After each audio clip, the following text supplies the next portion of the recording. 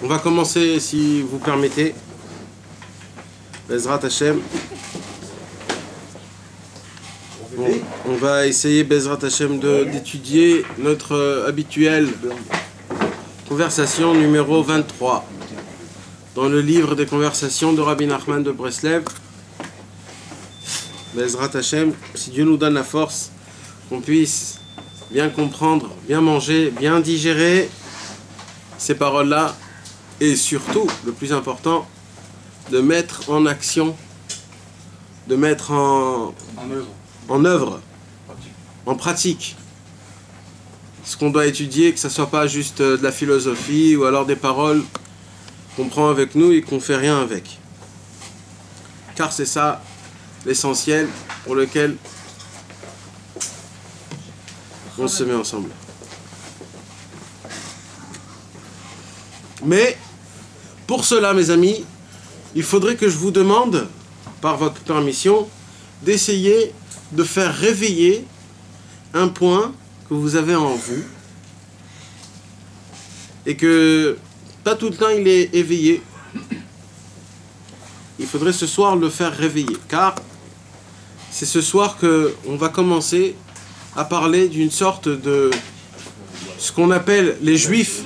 Ils ont 3 bonnes qualités, vous savez.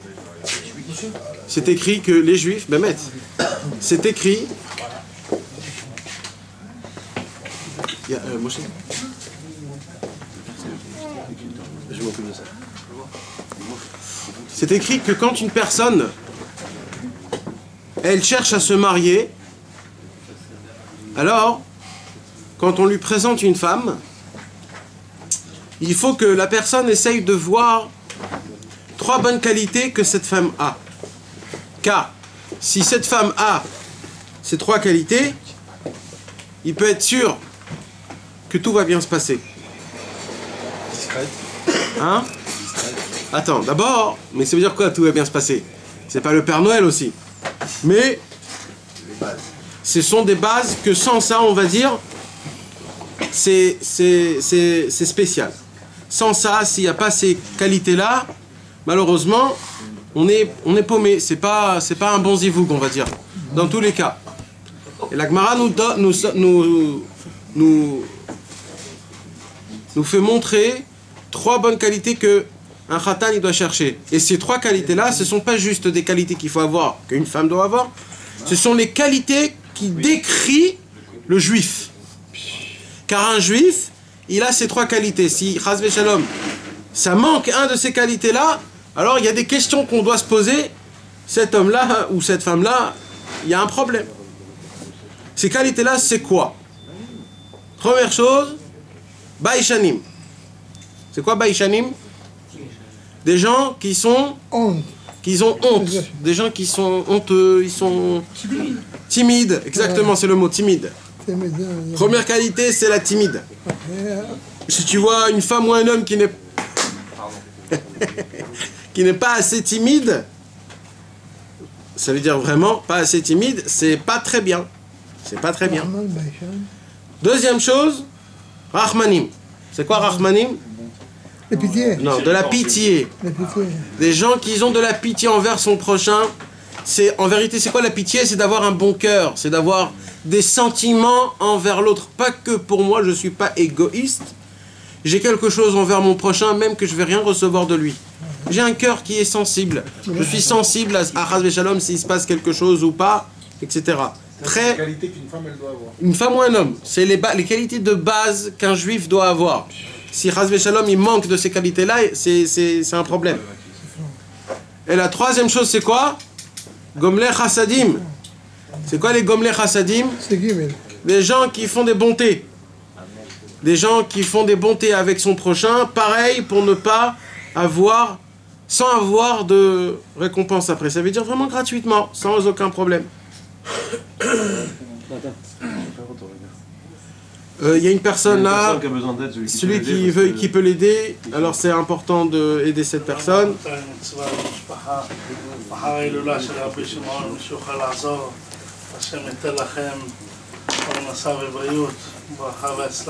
Amen. Ça va pas te donner à Avner, donner à lui, c'est pareil.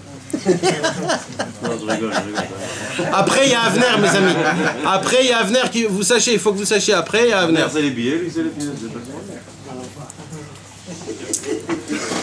pas le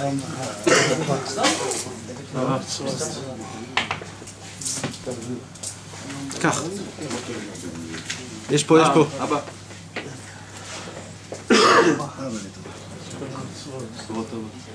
Il va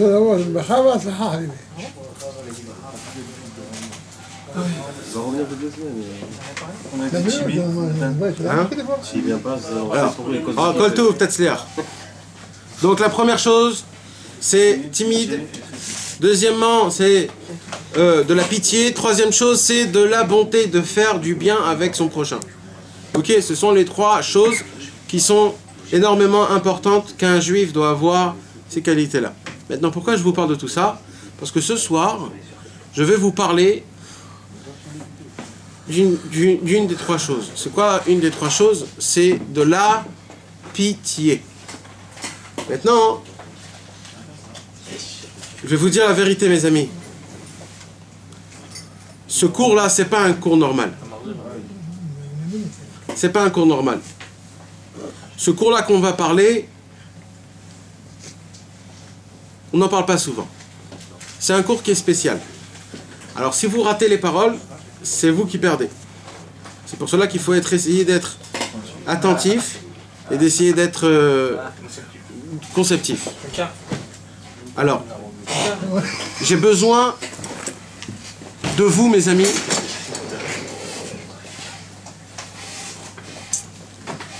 Et venez, on se concentre ensemble pour qu'on puisse, Bezrat Hashem, essayer de vraiment ressentir des paroles qui sont saintes. C'est comme de l'eau froide à quelqu'un qui a soif. Écoutez bien, mes amis. Nous, on a l'habitude d'avoir pitié de qui? Hein? Nos enfants. Nos enfants, une chose. Les proches. Après, Nous-mêmes. des gens qui sont dans le besoin. Après, Les animaux. les animaux, ouais. Bon. De nous. Non. T'as pitié de toi, toi? Hein, mes amis? David Baruch Haba. Lumière, lumière est apparue. Malheureusement, Baruch Hashem, on a de la pitié envers beaucoup de choses. Mais est-ce que vous savez que la pitié en elle-même, c'est quelque chose que Dieu nous a créé, je vais appeler ça grossièrement, mais c'est aussi quelque chose d'animal. On voit des fois un chien, que des fois on l'entend pleurer, on a pitié de lui. D'accord ? Quand on voit par exemple un chat qui souffre ou je ne sais pas quoi, on voit que même les animaux, ils ont des fois de la pitié. Hein, comment ça s'appelle, les dauphins, quand ils aident les enfants ou des choses comme ça. On voit des animaux, comment ils sont avec leurs enfants, comment ils leur donnent à manger.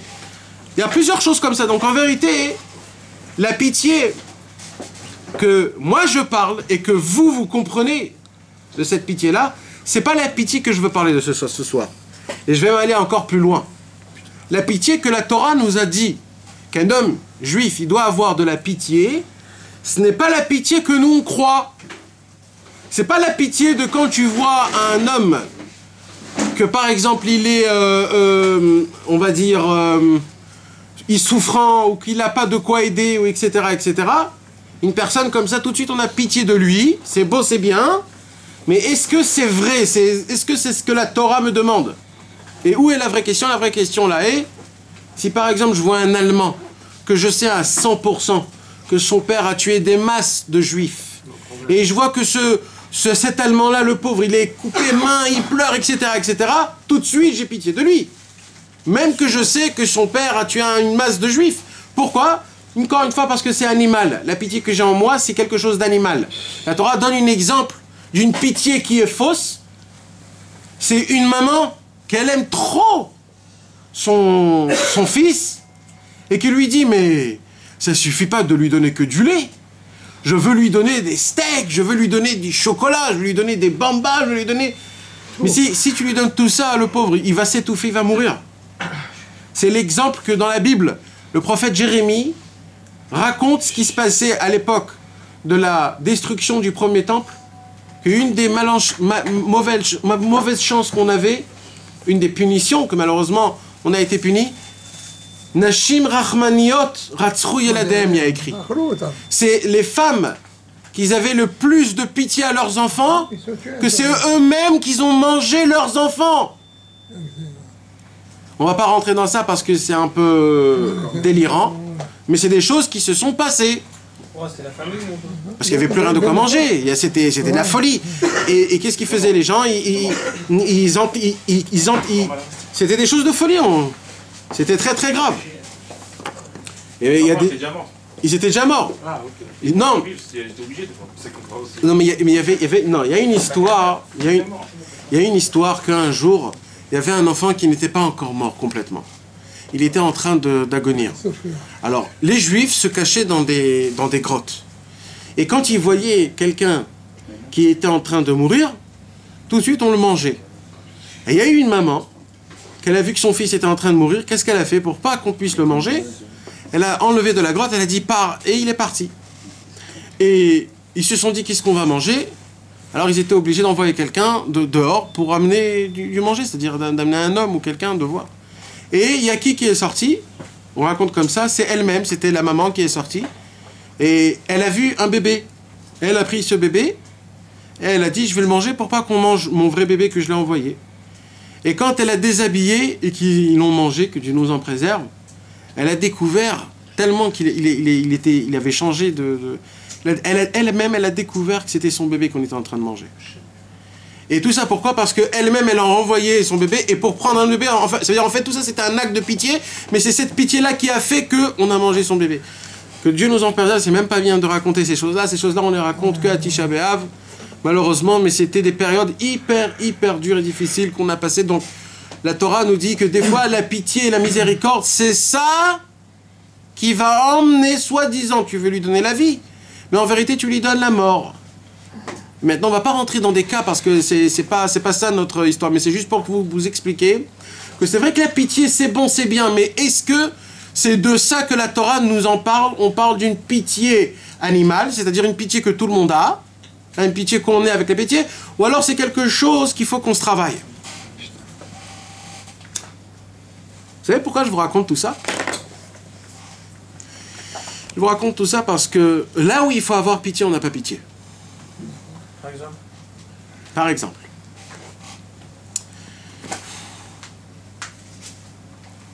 Un jour, une vraie histoire, hein?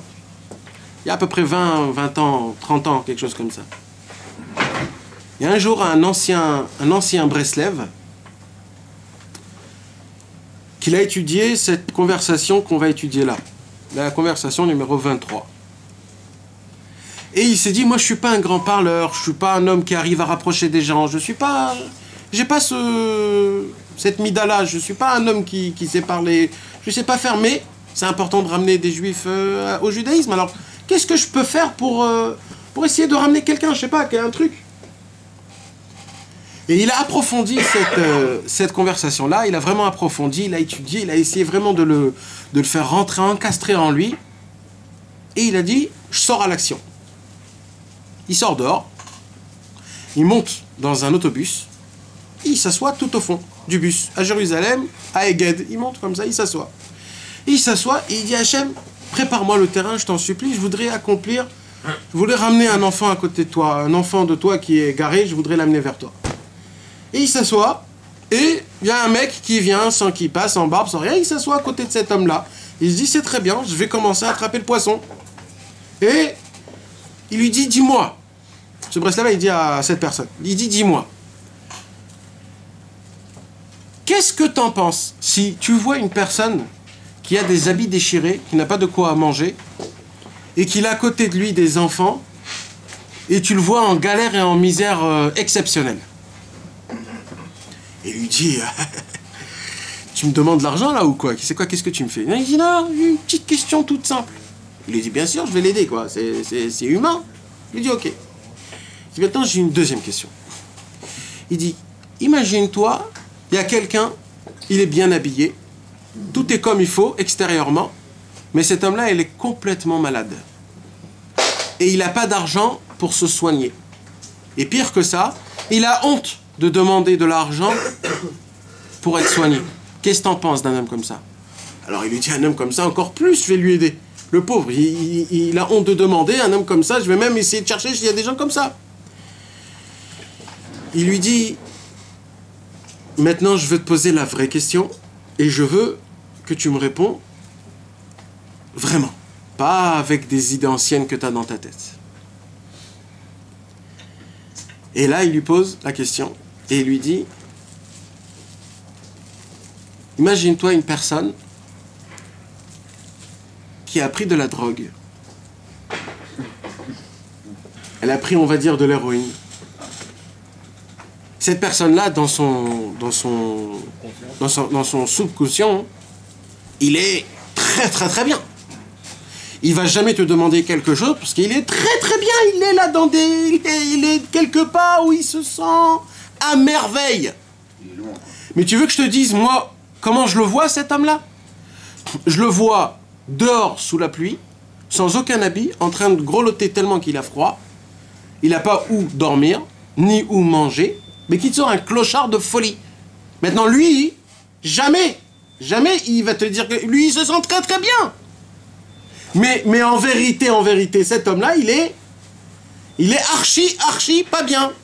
Qu'est-ce que t'en penses d'un homme comme ça? Ah là, il savait pas trop quoi dire. Il m'a dit, je peux penser 2 secondes? Il lui dit, pas de problème, pense. Il dit, je vais penser à voix haute et tu vas me dire si je me plante ou pas. Et là, il lui dit, d'un côté, cet homme-là, il s'est fait ce mal soi-même. C'est lui-même qui a pris de la drogue. Pourquoi je vais aider quelqu'un qui prend de la drogue? Ok?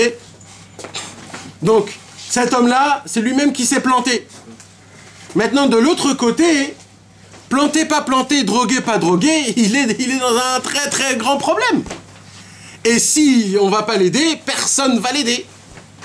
Donc, il dit cet homme-là, qui est complètement khiloni, il lui dit, donc je crois que, en vérité, la meilleure chose à faire, et le plus important de faire, plus que tous les autres cas d'avance, c'est d'aider d'abord cette personne-là.